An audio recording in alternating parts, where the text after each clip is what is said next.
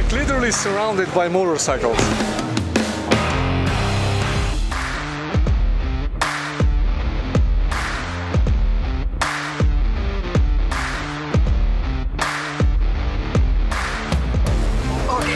So finally the motorcycles are gone and I can do some talking to the camera without the additional noise. I'm currently at the Distinguished Gentleman's Ride Festival. It's like a motorcycle festival and I'm here to photograph people because, well, the organizer asked me if I could just take photographs of people because he has so many photographers taking photographs that we're all lost. Anyway, today I want to talk about the Dehancer plugin for your photos and for your video. I'm using DaVinci Resolve and I have the Dehancer plugin and I'm taking some video clips from this event and I'm going to show you what Dehancer is. And yes, this video is sponsored by Dehancer.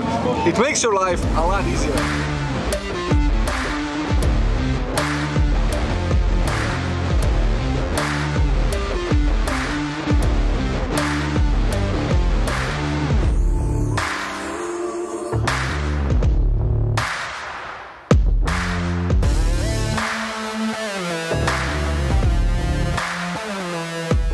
The Dehancer plugin is made to simulate the film look. So you're taking your digital recording from your digital camera and you're applying a filmic look on top of this, and you have all of the most popular film emulations that are being used by the current standard Hollywood production. You can use the plugin for video editing in DaVinci Resolve, in Adobe After Effects, in Premiere, and in Final Cut Pro, but you can also use this to change your digital photos into a more film type photographs, and you can use this with Photoshop, Lightroom, and all the other major photo editing apps. So here I am in DaVinci Resolve. I already have a clip on my timeline, and this was shot with the Sony Alpha 7 IV in S-Log3 and S-Gamma Cine 3 color space. And you can see that I have a flat looking image, which is typical for logarithmic gamma profiles. So let me jump into the color grade tab and start color grading. Now, before we actually go into the color grade, we need to set the proper color space. So here under color management, I'm actually using just the default DaVinci YRGB color science, and for the timeline color space, I've set this to DaVinci Resolve Wide Gamut Intermediate. This gives me a lot more flexibility, a lot more colors to work with on my timeline, but when I'm outputting this, I'm actually looking this at Rec 709 Gamma 2.4, which is a standard output color space format. Now you can use DaVinci Resolve's color management and then just use the plugin to add the color grade, but what I'll be showing you is the complete color grade done within just one node. So I'm gonna switch this back and do it the old-fashioned way. So typically what I would do with a log image profile, I would go under the effects, find the color space transform, put this on, and then tell DaVinci Resolve with what this was shot. So this is the look that is natural and the way things were when I actually shot this.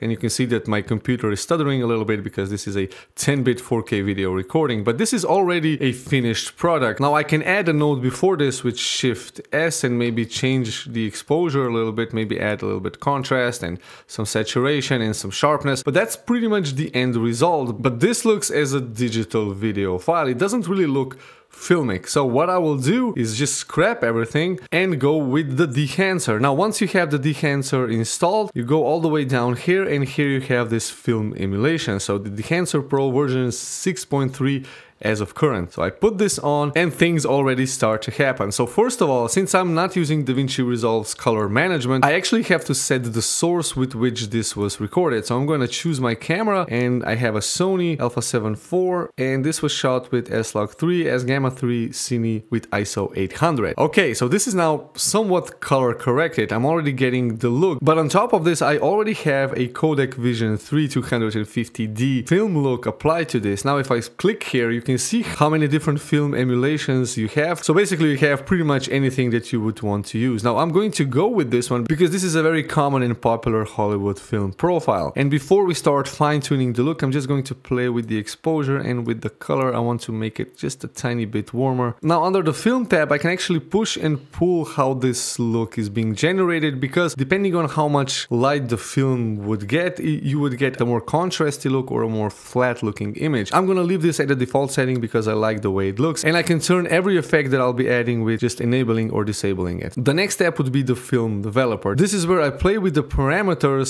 in the stage of the film development, and this is where I would make my film more contrasty, make colors more poppy, and what I'm going to do, I'm just going to boost my colors a tiny bit, so add more saturation. The next step is the film compression. Now, as you can see, I'm going from the top to the bottom, and that's how the workflow is supposed to go. So the next step would be the film compression. If I enable this, you will see that I get more details in the highlights, and this simulates the fact that analog film is less sensitive in the highlights, so it's harder to blow out the highlights compared to a digital video file. So by enabling this, I'm actually toning down the highlights and simulating this film effect. The next step would be the expand, where I can change the black and the white point. So if I move the white point, you can see that I'm making everything brighter, and you can see here in the waveform that my whites aren't at 100%. So I'm just going to extend this a little more, and I think the blacks are okay. This actually gives me a tiny bit brighter image. The next step is the printing. So this is where you would have like a paper print view of how the film looks for previewing, and if I enable the analog range limiter, which again simulates that softness that you get from the film, you can see the difference over here. So everything becomes just a little bit less contrasty, and it gets that kind of dreamy soft film look. The next step would be the color head, where I can actually play with different colors. I can change the different tones within my image. So this section here would be used to actually do some sort of color grading. I can change the tones of the shadows, I can change the tones of the midtones and the highlights, pretty much the way that you could do this with a regular film, but I'm gonna leave this off because I'm not gonna do any color grade. I just want to have the natural film look. The next step is the film grain. Now this is really important. If I zoom in, you can see that by default film grain is already applied, and it's a little too strong for my taste. So what I like to do is I'm actually going to use the positive film grain type, and this gives that kind of softer look. So this is what you would get with any film. You always get that grain, and this is what actually sells the effect quite a lot. And under the film grain we have the halation. The halation is basically a chemical emulsion effect that causes that red glowing on the edges, especially on the highlights. So if I turn this on and if I boost this all the way, you can see what's happening over here. Now this is pushing it too hard, but you've probably seen some films, some very old film movies that actually have a lot of this. So if I turn this on and off, you can see the effect, and I actually prefer the default setting. If I turn the mask on, I can see where this thing is going to be applied. So without the mask, I'm adding halation, and this really simulates that chemical, emulsion process that happens with the film. Underneath here we have the bloom effect. Now this is my favorite effect, and this is what actually makes the end result look filmic. So if I turn this on, you can see I have this soft glowing bloom effect, and this is typical for videos that were shot on a film camera. This, in my opinion, is really necessary if you want to get that film look. So bloom always on. The next step would be adding a vignette. Typically films do always vignette, and if I turn this on, I get a vignette around. Now I can change the exposure and I can change the size to only get the vignette in the edges and actually go back to default. So without and with, it's just a slightly darker edge. And this is pretty much it when it comes to creating the film look, but there are a few effects that you should consider adding because they are typically present whenever you have any sort of video that was recorded with film. And the first one is the film breath. Now, because every frame on a film strip reacts to light differently, you always get this flickering effect. And if I turn this on and show you the playback,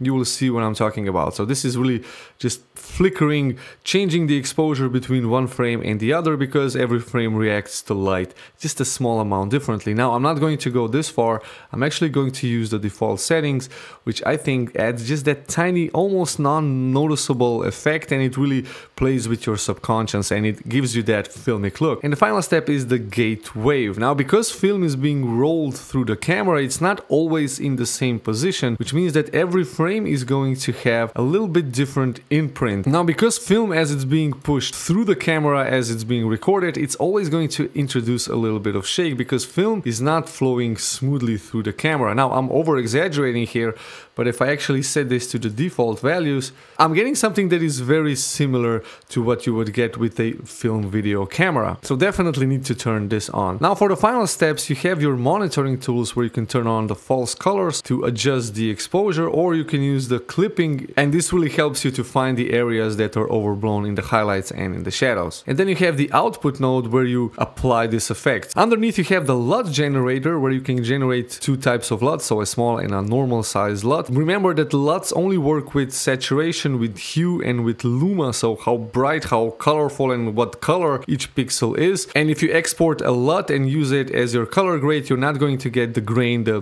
halation, the bloom and all of these shaking effects. You're only going to get the colors and the tones from what you've created. So you can use the LUT for a fast preview, but then when you're doing the final render, you should definitely work with a Dehancer plugin.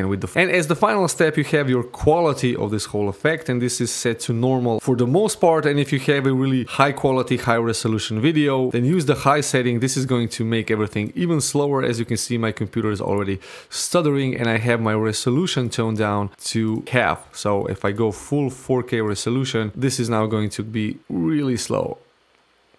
So this is how the final render looks. We started with this and ended up with this, with just a few clicks, with just that one node. Okay. So I'm gonna top this video off with the best bartender crew ever. Yeah, he must still pay his bill though. Anyway, if you like this video, hit the like button, consider subscribing to the channel, and if you have any comments or questions about the plugin, let me know down below. I'll see you in the next one. Bye bye.